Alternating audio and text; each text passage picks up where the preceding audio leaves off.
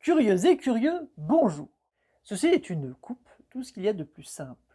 Mais cette coupe est à l'origine d'une tradition bien française, le fait de trinquer.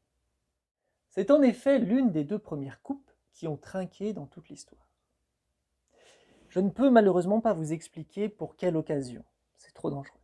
Mais je vais vous expliquer le pourquoi. Une des choses que craignaient par-dessus tout les gens de cette époque au moment de signer des traités de paix, ce genre de choses, c'est qu'au partage du verre, on finisse empoisonné.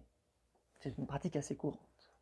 Alors vint ce chef qui décida de frapper son verre contre celui de l'autre, prouvant ainsi qu'il n'avait pas empoisonné le verre de l'adversaire. Et oui, parce que si je frappe assez fort le verre de mon ennemi, il y a de fortes chances pour que du vin tombe dans ma coupe, et que je finisse empoisonné si j'ai empoisonné le vin. Suivez le raisonnement. Bon, il s'avéra qu'effectivement, sur ce premier coup, l'adversaire, lui, a reculé son verre pour pas taper trop fort. Ce qui a permis à notre chef de savoir qu'il allait...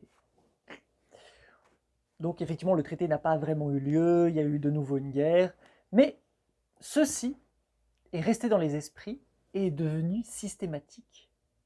Cette manière de faire a tellement été reprise encore et encore qu'elle est entrée dans la tradition et la culture de la France, et par extension du monde, et qu'aujourd'hui encore de nombreuses personnes continuent de trinquer alors qu'a priori personne n'essaye de s'empoisonner les uns les autres.